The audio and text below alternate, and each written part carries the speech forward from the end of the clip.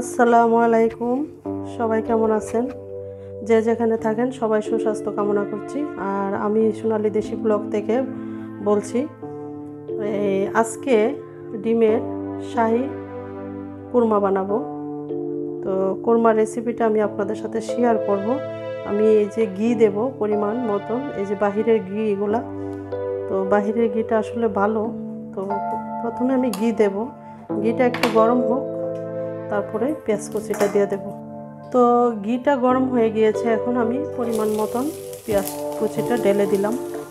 পেঁয়াজ কুচিটা একটু ভাজা ভাজা হবে না, বেশি ভাজলে হয় কি কালারটা ওই যে কোরমা যে সাদা একটা ভাব থাকে ওইটা থাকবে না। একটু বেশি ভাজা হলে আন্দাজ পরিমাণ মতন ভেজে নেব। শুধু ঘি দিয়ে রান্না করব এই ডিমের কোরমাটা। তো ডিমের কোরমার জন্য এখানে আমি 3 হালি ডিম রেখে দিয়েছি কোরমাটা করার জন্য, 12টা ডিম। তারপরে এখানে আমি কিশমিশ, পোস্তদানা, বাদাম, কাঠবাদাম এগুলা ভিজিয়ে রেখেছিলাম আধা ঘন্টার মতন। ভিজিয়ে তারপরে ব্লেন্ড করে নিয়েছি। এখানে আস্ত কাঁচামরিচ, একটু আদা পেস্ট, এখানে দুধ গুলিয়ে নিয়েছি, এখানে পেঁয়াজ পেস্ট, রসুন পেস্ট, লবণ, আর এখানে যা মশলা দিব এখানে রেখেছি। আর এখানে চামচগুলো দিয়ে আমি মেপে মেপে রেখে দিয়েছি। এখানে এই চামচ দিয়ে 3 টেবিল চামচ না, এখানে 5 টেবিল চামচ হবে সব কিছু মিক্স করা, কিশমিশ, বাদাম, তারপরে পোস্তদানা। আর এখানে সবগুলো আমি চামচ দিয়ে মেপে মেপে 1 টেবিল চামচ, এখানে পেঁয়াজ 2 টেবিল চামচ, রসুন 1.5 টেবিল চামচ এগুলো রেখে দিয়েছি এখানে। আর মশলাগুলো সব রেখে দিয়েছি। এখন সবগুলো আমি অ্যাড করে দেব। যেখানে আদা পেস্টটা রেখেছি এই চামচ, মানে 1 টেবিল চামচ আদা পেস্ট, তাকে একটু ভেজে নেব আদাটা। তারপর এই যে রসুনটা দেব আমি এই যে টেবিল চামচ আর হাফ টেবিল চামচ, একটু নেড়ে দেব।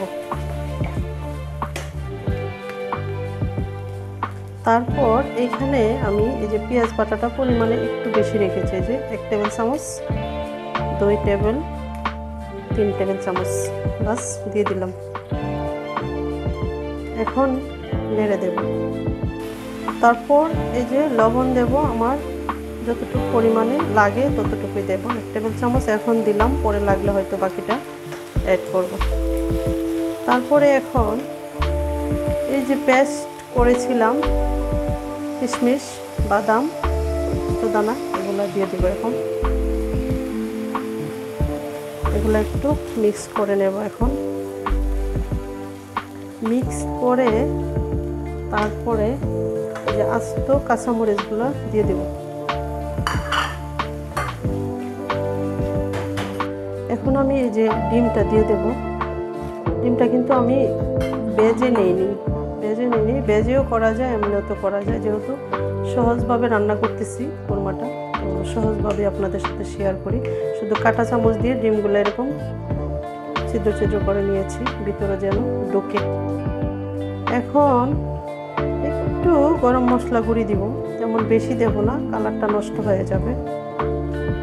তারপরে একটু জিরে গুঁড়ো দিব পরিমাণ মতন, আন্দাজ এই যে হাফ টেবিল চামচ থেকে একটু কম।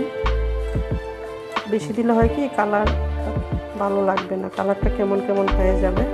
তো এখন কষিয়ে ভালো করে আসলে তারপরে ডিমের ভিতরে ঢুকুক, তারপরে বাকি দুধটা ঢেলে দেবো। একদম সহজ পদ্ধতিতে রান্না এটা, মানে এত সহজ ডিমের কোরমাটা রান্না করা, ইজি করে রান্না করছি, মানে বাজি টাজি করি নাই, কিচ্ছু করি নাই। অনেক ধরনের ডিমের কোরমা করে, অনেকে অনেক ধরনের করে, কিন্তু আমি এভাবেই করলাম আজকে সহজভাবে। এই যে ডিমটা প্রায় হয়ে আসছে। এখন আমি দুধটা গুলিয়ে রেখেছি, দুধটা দিয়ে দেব। এই যে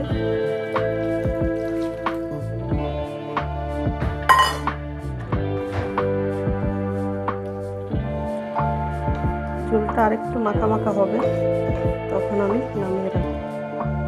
বাস 10 মিনিট পর নামিয়ে নেব। তো কোরমাটা যেহেতু আমি ঘি দিয়ে রান্না করছি, এখন উপর দিয়ে আর একটু ঘি দিয়ে দেব।